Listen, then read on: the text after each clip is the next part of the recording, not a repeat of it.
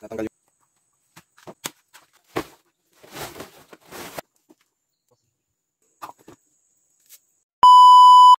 What's up mga tanga? Dahil nga wala akong pasok ay sinamahan ko ang aking tatay na pumabundok. Matagal-tagal na rin pala akong hindi nakakapagkupras at maigi rin iring pambili ng bigas. Change career muna tayo from maestro to kuprasero. By the way, ako nga pala si 42, isang tanga, tapat, akong nagmamahal, gabit araw. At samahan niyo po ako sa aking A Day in Life vlog, Kuprasero for a Day. Hindi pa man din kami nakakarating sa tuktok ay iri na nga at bumuhos na yung ulan. Ay, anong paglalakas baya? Buti na lang kami nakapayong. Para tayo nasa Baguio or sa Tagaytay. The little Baguio of Santa Isabel. So yan po, napakakapal ng fog ngayon. So yan guys, kita nyo naman. Nakita mo naman yan, ba? So guys, kung makakita ninyo, medyo maulan dito, medyo foggy. Malamig-lamig na. Ito lang ang nakakita namin dito, guys. So ayan guys, kung makakita ninyo. At ito nga, pawisan-pawisan dahil umulan ng malakas. Pero may payong naman kami, kaya hindi kami nabasa. So nabasa lang kami gawa ng pawis. So kung makakita ninyo, puti na lang ang makakita mo sa paligid. Kung may makakita ka man, yung mga malalapit lang. Yan, tatay ko. So ito yung part ng Pinamalayan, so hindi natin makikita dahil sobrang kapal ng fog. Yun. So dyan lang kayo guys, pupunta pa tayo dun sa dulan, dun yung aming lupa. Sinamahan ko si tatay para magkupras ng mga nyog. At the same time, kukuha din ako ng kawayan at bibisitahin yung aming lupa na napabayaan. So yun, dyan lang kayo at samahan nyo ako. Dini nga ni pala ay maraming mga limatik na madikit sa iyo, tapos palihim na asip-sipin yung iyong dugo. Tapos pagbusog na ay kusa na lang mawawala sa iyo na parang wala kayong pinagsamahan. Kagaya na lang ng plastic mong kaibigan. Char. Bago namin sinimulan ang trabaho ay nagmerienda muna kami at uminom ng masarap na buko. Anong ginahawa baya at fresh na fresh yung sabaw ng buko. Dangan-laangan at anong layo kung iray malapit lang ay araw-araw ako din eh. Iringani at panoorin nyo na lang yung tutorial ko kung paano kumain ng buko. Basta number 1 requirement lang din eh, dapat hindi ka maarte. So kung pasado ka naman sa requirement ay sure bro, hindi ka magutom sa gubat. Sa puntong ito ay inasimulan ko ng balatan yung mga nyog. So habang nagamerenda si tatay, tinira ko na agad, baka matira pa ng iba. Saka nagabanta na rin yung ulanin. So pag bumagsak yun ay anong hirap magtrabaho at anong lamig. So minadali na namin at sayang naman ang punta namin kung wala kaming matatrabaho dahil sa ulan.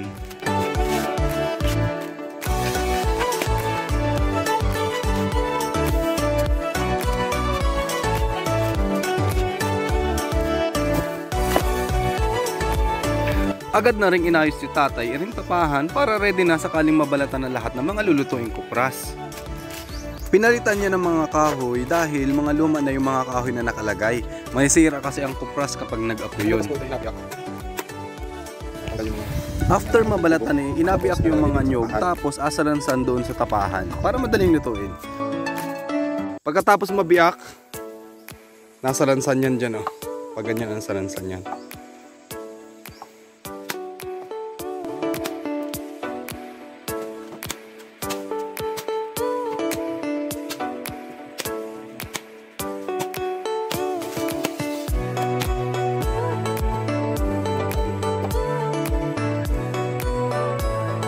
Alas 11 na.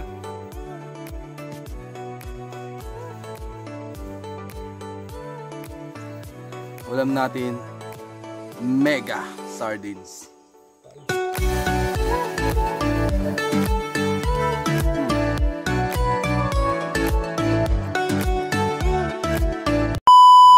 Pagkatapos namin kumain ay dumilim ang paligid at nabalot ng fog. Tapos bumuhos ang malakas na ulan kaya nag-decide kami na bumaba na muna ng bundok. Puro fog na lang po ang nasa paligid namin. Tapos umuulan pa. So yan. Yan po yung aming dadaanan. 3 araw pakalipas ng bagyo ay bumalik kami sa bundok. Nag-ipon kami ng lakas, talino at determinasyon upang malampasan ang mga hadlang na aming tatahakin. Anumang unos ay hindi magiging sagabal. Hindi panghihina ang loob, bagkos ay patuloy na lalaban para sa pangarap. Yan ang mga motibasyon na baon namin pagbalik ng bundok. Yun nga guys, nandito kami sa gubat at nakita kami ng inahing labuyo. Tapos meron siyang sisiw ito. Oh. Ito yung kanyang sisiw. Pakawalan na lang natin itong sisiw, kawawa naman. Kasi mamamatay lang ito kapag ating inalagaan. Yun, oh. Kulay brown, no? Ito yung pispis ng labuyo. So pakawalan na lang natin, guys. Para kawawa naman, baka mamatay lang sa atin. Ayun, lakad na.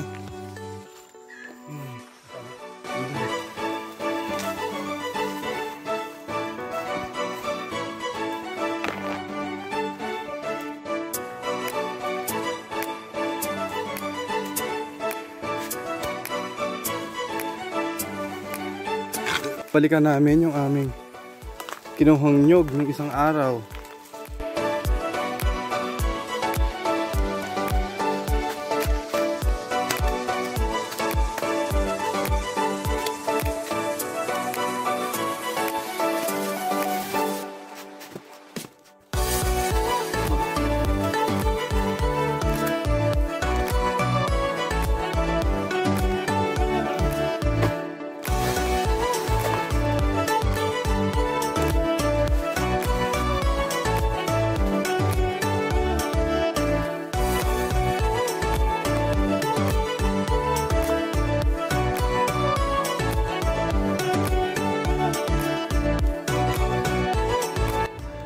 Nang matapos namin balatan lahat ng mga nyog ay nagsimula na kaming magdikit ng apoy. Bale, lulutuin namin ito sa apoy ng mga 5 to 6 hours.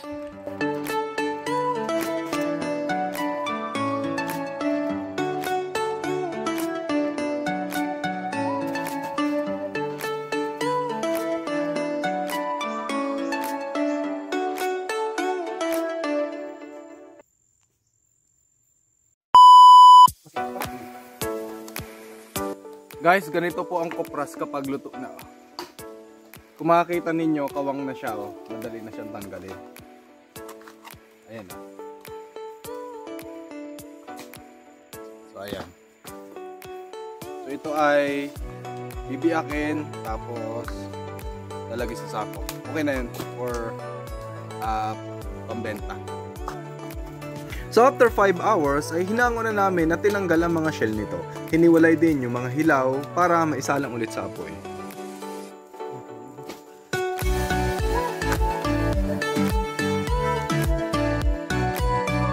At habang niluluto yung mga hilaw na kopras ay tinadtad ko na itong mga luto na para naman mailagay na sa sako. Para ready na for benta. Maraming gamit ang kopras. Ginagawa itong coconut oil, livestock feeds at kung ano-ano pa. Mahirap ang proseso ng paggawa pero mura ang presyo. Aabutin pa ng ilang araw para mabenta. Kaya lang wala tayong magagawa. May mga kababayan pa rin tayo na ang buhay ay dito lang inaasa. Ganun pa man, i-appreciate natin yung mga taong gumagawa nito. Kung wala sila, wala rin tayong gagamitin sa pang-araw-araw natin. Malaki ang papel nila sa ating ekonomiya. Sa mga taong ganito ang trabaho sa buhay, saludo po ako sa inyo. Hindi matatawaran ang inyong kasipagan para sa pangangailangan ng inyong pamilya. Sa mga tao naman po na nasa itaas, wag naman po natin kalimutan yung mga taong nasa ganitong industriya. Irespeto natin sila at huwag natin baratin. Magbigay tayo ng proyekto at programa na mas makakatulong sa kanila. Maraming salamat po sa inyong panonood. Please follow, like, and share.